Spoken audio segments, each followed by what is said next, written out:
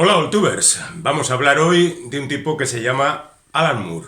Y lo vamos a hacer porque acaba de aparecer en nuestro mercado este volumen que recoge los 6 episodios de la última aventura de la Liga de los Caballeros Extraordinarios. Y supuestamente es también la despedida definitiva de Alan Moore del mundo del cómic. Este es el tipo que ha hecho posible cosas como V de Vendetta, como Watchmen, como La Cosa del Pantano, como los mejores cómics de América, que es una empresa de la que hablaremos más adelante y que ha tenido diferentes títulos, que ha hecho cómics muy importantes en Estados Unidos fundamentalmente y que tiene una leyenda detrás que también le acompaña y que nos gustaría comentar poco a poco, porque he de decir que a mí me gusta mucho Alan Moore, independientemente de que no haya tenido siempre los mejores dibujantes, ha sabido arreglarse lo suficiente como para que sus obras brillen de manera espectacular. Así que vamos a hacer un pequeño repaso de lo que ha sido la vida de este hombre y de lo que han sido sus obras. Mostraremos algunos ejemplos de sus ediciones, primeras ediciones en castellano, y también tendremos oportunidad de discutir algunos de sus logros, porque es cierto que no toda su obra es tan maravillosa como adjudicamos el título a algunas de sus obras más representativas. Bueno, digamos que Alan Moore nació en Northampton, en Inglaterra, el 18 de noviembre de 1953. Digámoslo claramente, no fue el mejor alumno del mundo. Era una época en que los estudios, sobre todo en una ciudad industrial, en una zona obrera como en la que vivía Alan Moore, pues no eran precisamente muy cuidados, y él aprovechó esta circunstancia para dedicarse a aprender lo que a él le interesaba, que eran cuestiones pues de lo más variado, porque parece que ninguna disciplina se le resistía y así ha ido adquiriendo una gran cantidad de conocimientos que ha ido vertiendo luego en su obra y que me temo yo que incluso el mejor conocedor de la obra de Moore no alcanza a comprender en su totalidad. Así que resignémonos, pillemos las referencias que podamos en cada una de sus obras, dejemos que los sabios hablen y nos ilustren sobre otras que no conocemos y que el propio Moore, en ocasiones, vierta toda esa sabiduría en algunas de sus publicaciones. Bueno, el chaval se fogueó en lo suyo, trabajó en lo que pudo, desde que tuvo edad para ello, los 14 años aproximadamente, estuvo ejerciendo pues primero de recadista y después de trabajador manual y de repente descubrió que él quería hacer cómic porque había descubierto los cómics estadounidenses, fundamentalmente los cómics de la Marvel. Y entonces dijo, pues esto es un buen medio y yo quiero expresarme a través de esto. Esa primera iniciación a través de los superhéroes marcará mucho su trayectoria, porque él lo que ha hecho ha sido deconstruir a los héroes, a los superhéroes, y convertirlos en otra cosa diferente. Y esa ha sido su gran baza. Pero para eso, claro, hay que tener un gran conocimiento del medio y hay que tener la inteligencia suficiente como para cambiar todo el estatus y conseguir que la obra sea muy diferente. Bueno, él empezó a trabajar en los periódicos en Northampton a través de un personaje que se llamaba Maxwell, el gato mágico. Lo dibujaba a él, incluso no era un gran dibujante, pero bueno, se tratan de esas tiras de prensa que muchas veces no están muy bien dibujadas, pero que basan toda su fuerza en un guión muy potente y en la posibilidad de en 4 viñetas contar una historia que impacte y al día siguiente ya veremos qué es lo que contamos.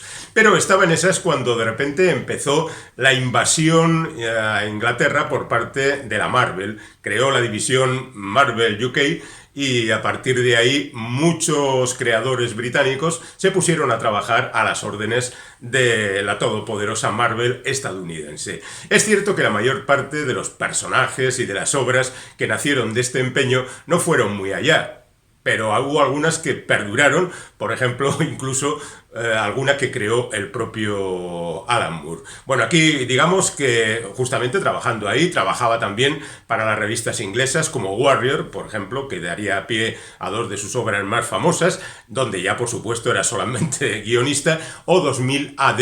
Y también en el magazine del Doctor Who, que es ese personaje tan famoso de la televisión y luego del cómic y del cine y de todos los medios que ha atravesado las décadas incluso las eras dentro de su propia cronología.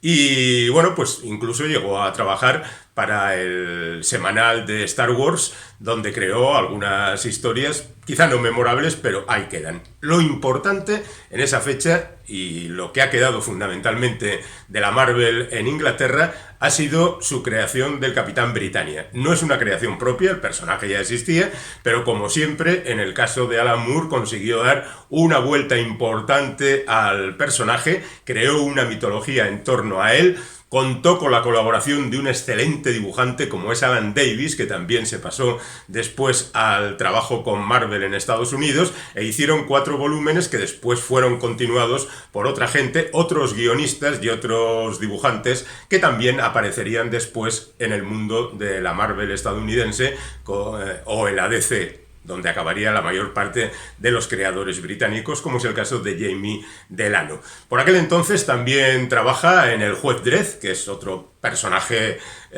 carismático del cómic inglés, no es creación suya, pero él hizo lo que pudo, e incluso en una serie que se llamaba Future Socks, Socks del futuro. Y lo cierto es que él poco a poco fue creando su forma de escribir hasta que podríamos considerar su trabajo más personal de la primera época, la balada de Halo Jones, que hizo en colaboración con Ian Gibson, y que fue una recreación particular de una heroína espacial que ya por supuesto se apartaba de los estándares de la época, estamos ya en principios de los 80, y va dando pasos en la dirección que Alan Moore quiere darlos.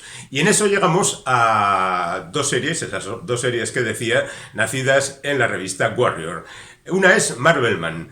Marvelman es un personaje que no solo es de segunda fila, sino que además es una copia descarada, una copia del Capitán Marvel, el Capitán Marvel original, aquel que decía Shazam y se convertía en un superhéroe, aquel que era un locutor de radio llamado Billy Batson y que trabajaba en el micrófono y en los ratos libres gracias a un sabio que le había dado las potencias de los personajes que quedaban representados por las iniciales de la palabra Shazam, pues se convertía en un superhéroe. Ese personaje luego tuvo problemas con la Marvel justamente por utilizar la denominación Capitán Marvel. Y de hecho hay un Capitán Marvel en la Marvel. Pero este pasó a llamarse Shazam. Y naturalmente Marvel Boy, Marvel Man pasó también a tener problemas justamente por la denominación. Porque además la copia era exacta, los dibujos trataban de imitarle. Y no decía Shazam, sino que decía Kibota, que es Atomic al revés, y se convertía en el superhéroe. ¿Qué es lo que hizo Alan Moore? Pues convertirle en un amnésico que sueña que tiene las aventuras de este personaje, y poco a poco todo eso se va filtrando en su vida y hay un análisis pormenorizado de lo que un superhéroe deconstruido podía mostrar. Con el tiempo tuvo que abandonar la denominación de Marvelman, se convirtió en Miracle Man y Alan Moore acabó dejándolo porque tantos problemas con la administración le volvían loco y lo de los derechos no acababa de convencerle del todo. Y cayó después en manos de otra gente como Neil Gaiman y bueno, pues ahí queda para la historia y la leyenda esta pequeña aventura de Marvel Man, Miracle Man, y pasaremos a la otra serie inmediatamente, ya que esa serie es mucho más importante. Vamos ahora con esa serie legendaria titulada V de Vendetta. Esta es la primera edición en cuadernillo en los años 80 en España. V de Vendetta es un cómic fundamental en la trayectoria de Alan Moore por diferentes motivos. Uno de ellos es que posiblemente sea el cómic en el que ha planteado su ideario político de manera más clara. Otro es que como consecuencia de ello, cuando hicieron la película, eso le llevó a aborrecer sus plasmaciones cinematográficas, aunque hasta el momento pues no había tenido demasiados problemas, aunque no le gustaban, no se había rebelado rabiosamente contra las adaptaciones cinematográficas. Y por supuesto también hay que añadir a esto los enormes problemas que tuvo la publicación de esta obra, ya que Warrior cerró antes de que terminara. y después tuvo que ser recuperada por otras editoriales con problemas con los derechos. En definitiva, un calvario que no debería molestar a un auténtico creador como Alan Moore, pero las circunstancias son esas y ¿qué le vamos a hacer? Supongo que todos conocéis ya la historia de V de Vendetta, este personaje anarquista que trata de acabar con el sistema implantado, que utiliza la careta de Guy Fawkes, que es aquel personaje real que trató de acabar con el Parlamento y con la vida del rey Jacobo en el siglo XVIII y que fue atrapado y que fue ajusticiado. Bueno, en realidad él se suicidó un segundo antes de que lo ajusticiaran, pero esa careta después ha pasado a representar Anonymous, que ha sido un movimiento muy importante en el siglo XXI. Y como consecuencia, esta es una historia de gran trascendencia, insisto. Bueno, ¿qué es lo que se cuenta aquí? Al margen de las aventuras, porque yo creo que Alan Moore tiene una circunstancia muy interesante. No solo da grandes clases de política, de humanidad, de diferentes cuestiones, y además las coloca dentro de historias muy atractivas, repletas de aventuras, repletas de eso que gusta tanto, incluso las persecuciones, los disparos y las carreras por los tejados. Bueno, pues el personaje de V de Vendetta, a quien no se le ve la cara, revienta diferentes instituciones con la intención de implantar el anarquismo. Y esta es la idea de Alan Moore en esta serie. ¿Qué es lo que hicieron las hermanas Wachowski cuando llevaron la película, la historia al cine? Pues reventar el Parlamento británico para después optar por la democracia parlamentaria, que es algo absolutamente insensato, pero que, bueno, pues a ellos les pareció que era por no molestar demasiado a la gente y no hablar de cosas tan delicadas como la anarquía, pues salir del paso. Es cierto que a Alan Moore no le había gustado su adaptación de la Liga de los Caballeros Extraordinarios, ni tampoco la de From Hell, pero esta ya fue la gota que desbordó el vaso y a partir de ese momento negó la aparición de su nombre en las adaptaciones cinematográficas, incluida Watchmen, que seguramente, bueno, le molestó, pero seguramente no tanto como la de V de Vendetta. Bueno, y en esas estamos con esto cuando la DC estadounidense le llama para hacer alguna cosa. Y lo primero que se les ocurre es coger una vieja serie. De hecho, lo hizo Len Wein, que era el creador del personaje, una vieja serie titulada La cosa del pantano, que estaba agonizando, que iban a cerrar y que le dijeron, bueno, pues haz con esto lo que tú quieras. Y efectivamente hizo lo que quiso. De hecho, cambió prácticamente la consideración del personaje. Supongo que sabéis, pero lo repito, la cosa del pantano es el doctor Alec Holland, que anda trasteando con una fórmula. Él, por intervención de unos malvados, acaba sumergido con su fórmula en el pantano y entonces, gracias a la interacción del agua del pantano y demás, pues se convierte en la cosa del pantano. Pero lo que hizo Alan Moore es decir que no, que Alec Holland está muerto y que la cosa del pantano es una creación del propio pantano que en la reunión de esas circunstancias y elementos ha cogido la esencia de la fórmula y del doctor Alec Holland y se ha convertido en la criatura que es. Y esta sería la primera publicación que tuvo lugar, también insisto, en los años 80. Ahí el bueno de Alan Moore estuvo colocando todo lo que tenía dentro de su enorme conglomerado de ideas y de ideas muy atractivas, y utilizó a personajes ya creados anteriormente como Spectro o Batman, aparece también en esta serie, como Demon y como otro montón de gente. Pero sobre todo en esta serie nace John Constantine, o John Constantine. Lo cierto es que hace poco uno de los dibujantes, Stephen Bissett, que acompañó a Moore en esta historia, contó el verdadero origen de la aparición de Constantine, ese tipo que se parece a Sting, el de Police. Bueno, pues resulta que Stephen Bissett y su compañero John Tontelberg se hacían bromas colocando frases en las viñetas que dibujaban, hasta que un editor les dijo, mira, dejaos de tonterías, que esto no es una broma, que esto es una cosa industrial, es una cosa seria, así que cumplir con vuestra obligación. Y entonces dijeron, bueno, ya que no nos dejan escribir frases, lo que vamos a hacer es crear un personaje que aparezca por aquí. Y alguien dijo, pues que se parezca a Sting. Y entonces el personaje empezó a aparecer y el propio Alan Moore lo aceptó, lo cogió, lo convirtió en este mago de la clase obrera, que después tendría una larguísima vida en una serie titulada Hellblazer y que tendría después apariciones en múltiples tebeos de la factoría DC. Y así fue la cosa, y así continuó esta aventura de la Cosa del Pantano, que sirvió también para que DC llamara rápidamente a otros creadores británicos, como sería el caso de Grant Morrison, o Jamie Delano, o Peter Milligan, o incluso Neil Gaiman, y les dijo, oye, veniros para aquí, cada uno de ellos haría lo que le correspondía, ¿no? Grant Morrison trastear con los superhéroes, Delano con Hellblazer y Animal Man, Neil Gaiman creando su legendario Sandman, Peter Milligan haciendo lo que podía, en fin, ahí está el tema. Y mientras tanto Alan Moore, pues entonces le dan la posibilidad de trabajar con Superman, muy poquito, porque hay cosas con las que no se juegan en las grandes compañías de los cómics. Le dieron la oportunidad de hacer 2 historias, Para el hombre que lo tiene todo y qué le ocurrió al hombre del mañana, que son 2 historias también muy emblemáticas de Superman, pero que no crearon escuela. Así que quedó un poco por ahí de cualquier manera. Y entonces le dijeron, bueno, toca un poquito a Batman, a ver qué hacemos con ello. Y entonces hizo la broma asesina de Killing Joke, que es otro de esos volúmenes verdaderamente famosos, que son reimpresos continuamente y convertidos en leyenda.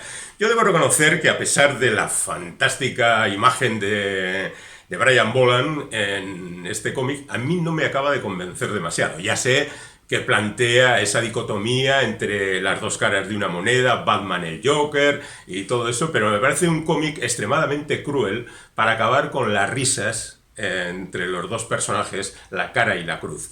¿Qué pasa con Bárbara Gordon después de lo que ocurre en este cómic? ¿Nos echamos unas risas y ella que acabe en una silla de ruedas?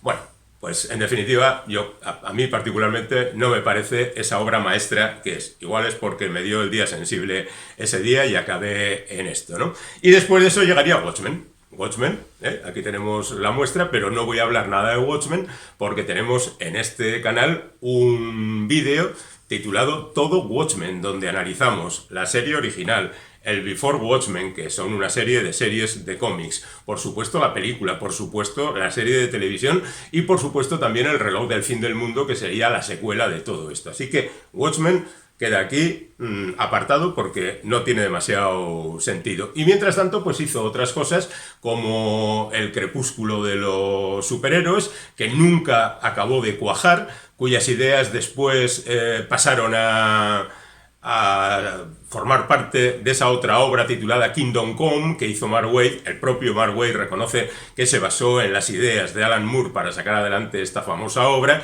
pero todo esto acabó molestando mucho a Alan Moore, decidió dejarlo y se dedicó a otras cosas. Pero se dedicó a muchas cosas, así que vamos con ellas. Rápido repaso a otras intervenciones de Alan Moore en el mundo del cómic. Empieza a trabajar para el Eclipse Comics y hace una obra en connivencia con Bill Sienkiewicz, que es ese dibujante fantástico que deslumbró en Los Nuevos Mutantes y que después ha hecho cómics muy importantes con Brought to Light, y después hizo ARG, que quiere decir en sus siglas inglesas, la traducción sería Artistas contra la homofobia galopante del gobierno, su título lo dice todo. Trabajaría después en Mad Love Publishing, haciendo algunos trabajos variados, hasta llegar a Big Numbers, que es un cómic que trata de representar la teoría del caos, lo cual es suficientemente complejo como para que no digamos ni una palabra, porque está sujeto a múltiples interpretaciones, otra vez con el señor Sienkiewicz haciendo de las suyas. Trabajó con otra gente haciendo Victor Gollancz, un pequeño asesinato, que es otra de esas obras menores de Alan Moore, y por fin hizo From Hell. From Hell es la historia de Jack el Destripador. Bueno, más o menos. Y cuenta la historia de la investigación y cuenta al mismo tiempo un montón de cosas relacionadas con el esoterismo, con las catedrales de Londres, con las sectas más curiosas, con todo eso que el propio Alan Moore ha ido asumiendo a lo largo de mucho tiempo y consiguiendo pues alcanzar cierta maestría en este tipo de trabajos. El dibujante es Eddie Campbell. Como siempre, aparece esta secuencia de las 9 viñetas por página. Parece que es una constante en los guiones de de Alan Moore, y parece que casi todos los dibujantes la han aceptado con gran soltura y han hecho cosas interesantes. Bueno, junto con Eddie Campbell hará también otras cosas más difíciles de entender, como el Amnios Natal, que debo reconocer que no entiendo demasiado. Y mientras tanto, los hermanos Hughes hicieron una adaptación de este cómic que no fue precisamente admirada por Alan Moore, ni casi por ninguno de los aficionados al cómic. Hizo Los Girls con Melinda Gibby y bueno, pues es una obra que ha tenido problemas de derechos y casi de censura. De hecho, no se ha publicado en el Reino Unido. En 1963 en la obra 1963 volvió a juntarse con John Tontelben y Stephen Bissett y Rick Bates, que son sus compañeros de la Cosa del Pantano, en una obra que tampoco consiguió llegar muy lejos. Conoce luego a Jim Lee y trabaja con él en Wildcats, que es un cómic muy malo de Jim Lee, dibujado por Jim Lee, y a quien le guste Jim Lee dirá que es muy bueno, pero cuyos guiones son muy flojos, y entonces él hace unos guiones superiores, pero que tampoco enamoran. Es más, después de Jim Lee cae en las garras de Rob Liefeld, que tiene un personaje llamado Supreme, que es Superman disfrazado, y que le da la oportunidad de entrar otra vez a deconstruir el personaje del superhombre. Y aquí tenemos el ejemplo de todo eso. Supreme no es otra obra que a mí me gusta especialmente, pero entiendo que sí le gusta a Alan Moore, al que le gusta trabajar mucho con los modelos previos, creaciones de otra gente que él es capaz de manipular y convertir en una cosa muy diferente. Y entonces, bueno, pues hay que tenerlo en cuenta. Y luego, después de pelearse ya con toda esta gente, nace lo que se conoce como America's Best Comics, que nacen dentro de la compañía de Jim Lee, el Wildstorm. Y se da la paradoja de que con el tiempo, y después del nacimiento de estos cómics que entraremos a analizar ahora, esa compañía es vendida a DC, con lo que Alan Moore, que no quería saber nada con DC, donde le habían maltratado y le habían robado sus personajes y sus derechos, bueno, él había trabajado con personajes que eran de la DC y él lo sabía, pero había sido maltratado, acaba otra vez en manos de DC. Y solo conserva la titularidad de una de las series que hizo para esta, digamos, colección, la de la Liga de los Caballeros Extraordinarios. Hablemos del resto rápidamente. Tenemos, por ejemplo, Top 10. Top 10 es una serie de una comisaría que ocurre en una ciudad donde los superhéroes son todos, lo cual es pues un poco más complicado de sobrellevar. El dibujo es de Thunder Cannon y de Jinja, y la verdad es que es una serie que no pasará a la historia, pero que es muy entretenida. De hecho, hay una secuela con el propio Alan Moore y Jen Ha, que se titula The Fortnighters, y que es una especie de precuela. Después nace incluso otra serie que ya no tiene a los creadores como titulares, que ya la verdad flojea bastante, e incluso luego hay por fin una Top 10 segunda temporada que ya ni me he molestado en descubrir. De esta serie aparece también Smash the Barbarian, porque Smash the Barbarian es uno de los personajes de Top 10, y entonces saca adelante este trabajo que también es bastante funcional, está bien, es amable, se lee con interés y tiene sus momentos, pero que tampoco mata. En esto está también la serie de Prometea. Prometea es donde Alan Moore vierte todos sus conocimientos acerca de los mundos mágicos, el esoterismo, la locura casi gráfica que supone esta serie, pero que resulta bastante hermética para los habituales lectores de Alan Moore, yo diría lectores en general, ¿no?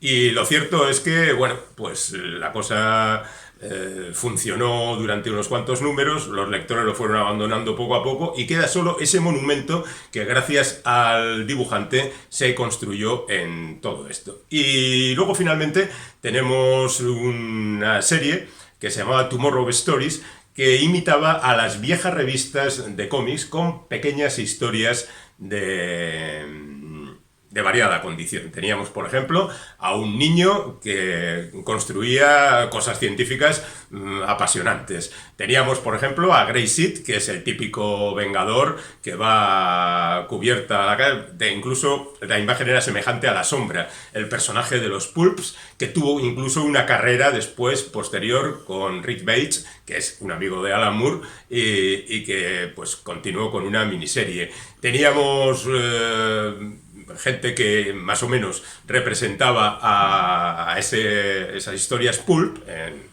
estos cuadernillos, y luego aparte teníamos la que en principio llamó más la atención junto con la Liga de los Caballeros Extraordinarios, que es Tom Strong. Tom Strong está claramente inspirado en Doc Savage, este superhéroe de cabello corto, músculos, que vive en un mundo fantástico, enfrentado a los más terribles enemigos, donde el bueno de Alan Moore sacó a la luz todo lo que sabía de los superhéroes y de los cómics, y lo metió en las aventuras que en el fondo eran pastiches, recreaciones de otras historias que él había leído por allí. Incluso se hacían homenajes en algunas portadas a otras portadas legendarias de otros tebeos. En definitiva, que era un gran festival de las historias de aventuras. Incluso había un gorila, que ya sabéis que en los años 50 los gorilas eran una pieza fundamental dentro del mundo de los cómics estadounidenses. Bueno, pues ahí el bueno de Alan Moore se divirtió mucho, nos divirtió bastante a nosotros. Chris Spruce, su dibujante, también lo dio todo y nos lo pasamos muy bien. Pero insisto, la pieza fundamental de todo esto es la Liga de los Caballeros Extraordinarios. ¡Ay, la Liga de los Caballeros Extraordinarios! ¡Qué gran hallazgo, qué descubrimiento, qué gran cómic hecho por el bueno de Alan Moore y su cómplice en todo esto, Kevin O'Neill, que le ha acompañado fielmente a lo largo de los muchos avatares, 20 y tantos años de publicación de esta serie. ¿Quiénes son los Caballeros Extraordinarios? Pues son los siguientes: Alan Quatermain, el Hombre Invisible, el Capitán Nemo, Jekyll y Hyde, los dos, el Dr. Jekyll y Mr. Hyde, y Mina Harker. Todos ellos salidos de la literatura más popular de finales del siglo XIX, principios del XX. Alan Quatermain es el personaje de Las minas del rey Salomón, de Rider Haggard. El Hombre Invisible es el personaje de Herbert George Wells, bien conocido por todos. El Capitán Nemo, obviamente, el del Nautilus de Julio Verne.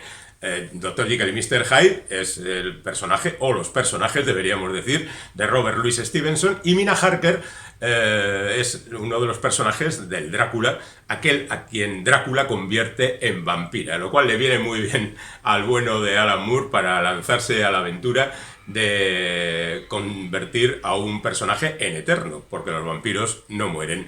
Bueno, pues aquí tenemos a estos personajes enfrentados a un posible fin del mundo. Pelean contra Moriarty, el legendario enemigo de Sherlock Holmes, pero es sorprendente, en cada viñeta, en cada página, en cada momento, no hay más que alusiones, montones de alusiones. Por ejemplo, si el Nautilus va a París, por supuesto se encontrarán con Auguste Dupin, el personaje de Edgar Allan Poe, pero al mismo tiempo habrá menciones a multitud y multitud de personajes creados por los franceses, por poner un ejemplo. Bueno, en la película que hicieron de esta serie, además de estos personajes, se sumaban Dorian Gray, el personaje de Oscar Wilde, y por meter un estadounidense, a Tom Sawyer de Mark Twain. Pero esto no lo vamos a olvidar, porque no lo vamos a olvidar de la película, que por cierto fue la última que protagonizó Sean Connery, pero lo dejamos ahí.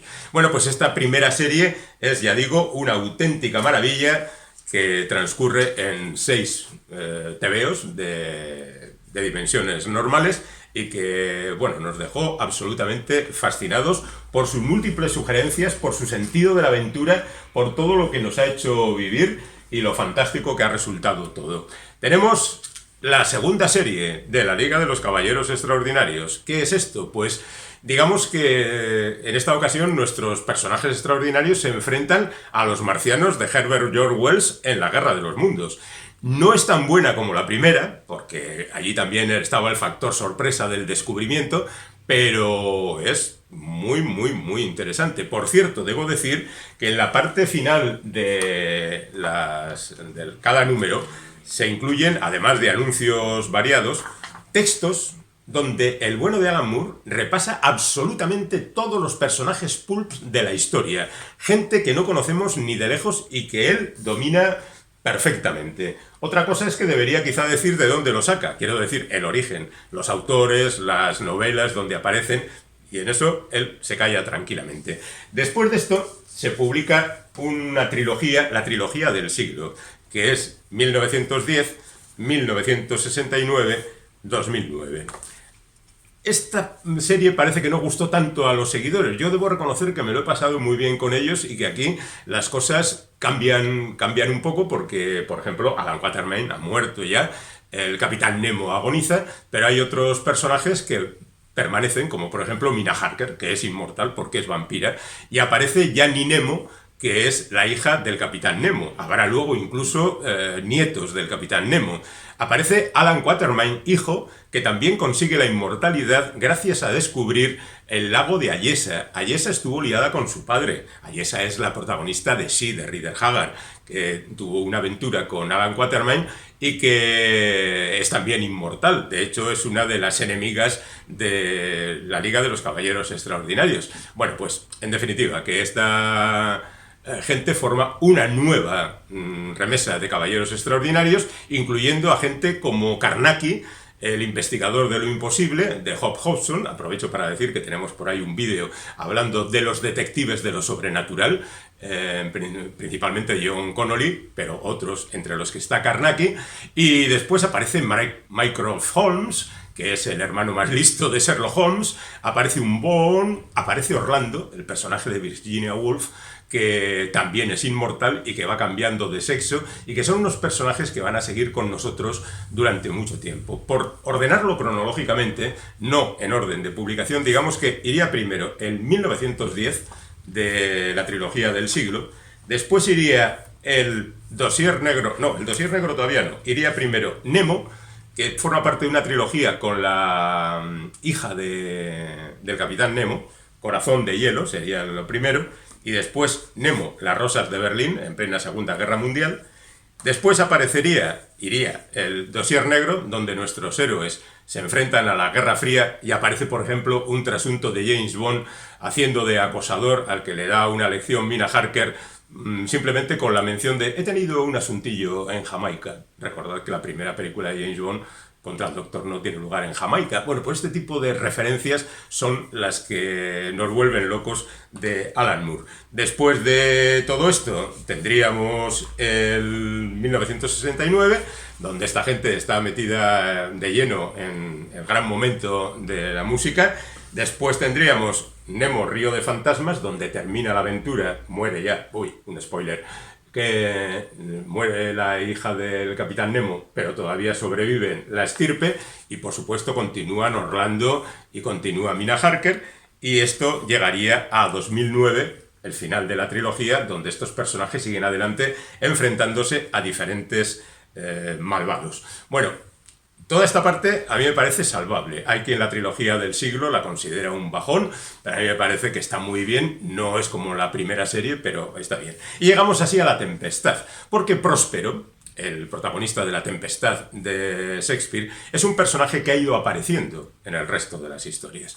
Y aquí llegamos, por fin, diríamos, a la culminación de todo esto. En 2019, Alan Moore dijo que se retiraba del mundo del cómic, que había llegado a los 65 años y que se jubilaba, y que este sería su testamento.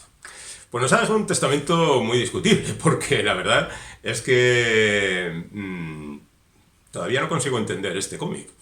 Yo entiendo que Alan Moore ya ha llegado a un punto en que todo le parece banal y él se mete por diferentes historias, pero aquí me resulta difícilmente comprensible gran parte de lo que cuenta, porque es un pequeño batiburrillo. Es cierto que, por ejemplo, lo que hace es fijarse profundamente en las diferentes maneras y soportes de la edición. Por ejemplo, hay una parte contada en tiras de periódicos, hay otra contadas en páginas dominicales, hay partes contadas como un cómic absolutamente normal.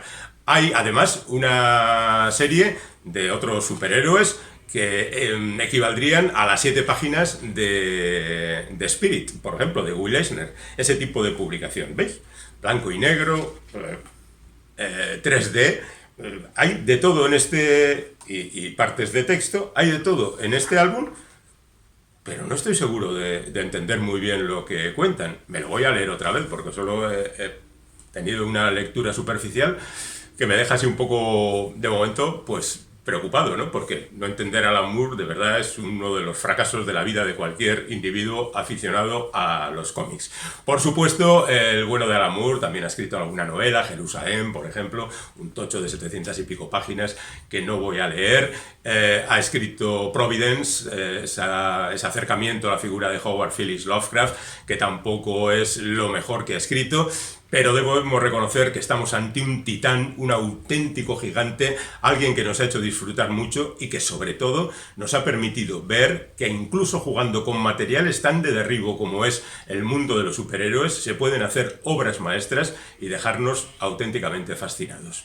Bueno, pues si se ha terminado su carrera literaria y creadora de cómics, nos resignaremos, pero todavía podemos releer muchos de sus trabajos.